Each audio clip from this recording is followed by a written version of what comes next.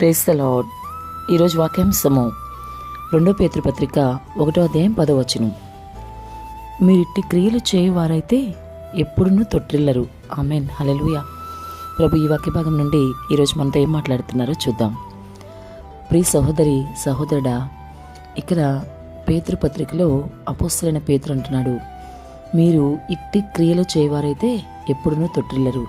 ఎట్టి క్రియలు చేయాలి అనేది చూద్దాం. మరి ప్రభు ఏం మాట్లాడతారు. మరి నీవు నీ భక్తి జీవితంలో స్థిరంగా సాగే వ్యక్తివేనా అని ఒకసారి ఈరోజు ఆలోచించు. తొట్టిల్లే మనసు ఒకవేళ నీవు కలిగి ఉన్నావేమో. క్రీస్తులో నీ పిలుపును ఏర్పాటును నిశ్చయం చేసుకుంటకు నీవు జాగ్రత్త పడుతున్నావా? నీవు నీ భక్తి జీవితంలో బహు జాగ్రత్త కలిగి ఉండాలని నీకు తెలుస్తుందా? వాక్యానుసారంగా నీవు జీవిస్తేనే నీవు స్థిరమైన భక్తి జీవితాన్ని కలిగి ఉంటావని ఈరోజు నువ్వు అర్థం చేసుకోవాలి. అందుకే పేతురు అంటున్నాడు కదా, మీరు ఇట్టి క్రియలు చేయవారైతే ఎప్పుడునూ తొట్టిల్లరు.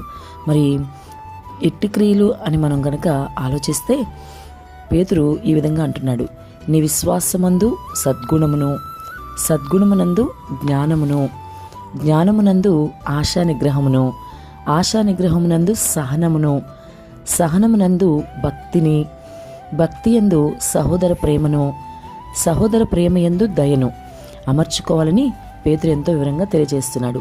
నిజమే కదా, ఇప్పుడు చెప్పినవన్నీ కూడా మనకు ఉండాలి. ఇట్టి క్రియలు చేయవారైతే మనం ఇప్పుడు తొట్టిల్లరు అని చెప్పి వాక్యం ఎంతో వివరంగా సెలవిస్తుంది. కాబట్టి ఖచ్చితంగా విశ్వాసము అదే ఒక సద్గుణము, అంతేకాదు జ్ఞానం కలిగి ఉండాలి, ఆశా నిగ్రహం కలవారిగా ఉండాలి, చాలా సహనం కలవారిగా మనం ఉండాలి, ఇంకా భక్తి జీవితాన్ని మంచిగా కొనసాగించాలి. వీటన్నిటికీ మించి ఇతరులని ప్రేమించే మనసు మనం కలిగి ఉండాలి. అందుకే పౌలు అంటాడు కదా, ప్రేమ గురించి చెప్తూ 1 కొరింథీ పత్రిక 13వ అధ్యాయంలో మరి ప్రేమ కలిగి ఉండేటకు ప్రయాసపడి అంటాడు. అంతేకాదు విశ్వాసము, ప్రేమ, నిరీక్షణ వీటన్నిటిలోకి కూడా ప్రేమే శ్రేష్టమైందని మాట్లాడుతున్నాడు. కాబట్టి మనం ఎన్ని తలాంతులు కలిగి ఉన్నా, మరి ఎంత జ్ఞానం కలిగి ఉన్న వాళ్ళమైనా ప్రేమ లేకపోతే వ్యర్థులమే అని కదా పౌలు చెప్పినట్లుగా. కాబట్టి ఇవన్నీ మనం కలిగి ఉన్నామా లేదా ఒకసారి ఈరోజు ఆలోచిద్దాం. మరి వింటున్న సహోదరి సహోదరుడా, నువ్వు ఈరోజు ఇవన్నీ కలిగి ఉన్నావా లేవా? ఇవన్నీ నీ జీవితంలో కలిగి ఉంటే ఖచ్చితంగా నీవు తొట్టిల్లకుండా మరి నీ విశ్వాస జీవితంలో స్థిరంగా సాగగలుగుతావు. మరణం వరకు ప్రభుత్వాన్ని నమ్మకంగా ఉండగలుగుతావు. ప్రభు అయితే మరి ఖచ్చితంగా వాక్యానుసారంగా జీవించాలని ఆయన నీ పక్షంగా కోరుకుంటున్నాడు. నీ నుండి అది కోరుకుంటున్నాడు ఆయన. కానీ నీవైతే నీ ఆత్మీయస్థితి ఒకసారి పరిశీలన చేసుకో. నీ జీవితం ఎలా ఉందని, మరి ఇవన్నీ ఉన్నాయా లేదా అనేది పరిశీలన చేసుకో. ఒకవేళ లేని వ్యక్తి అయితే ఇక మీద జాగ్రత్త పడి ఉండు. తొట్టిల్లకుండా మంచిగా కొనసాగే ఒక ఆత్మీయ జీవితం నీకు కావాలి. ఆ ఆత్మీయ జీవితం నీకు కావాలంటే ప్రభు యొద్ద నుంచి మాత్రమే దొరుకుతుంది. కాబట్టి తొట్టిల్లకుండా ఒక ఆత్మీయ స్థితిని నువ్వు ఈరోజు కలిగి ఉండమని ప్రభు చెప్తున్నారు. మరి ఇప్పుడు చెప్పినవన్నీ కూడా ఒకసారి పరిశీలించు.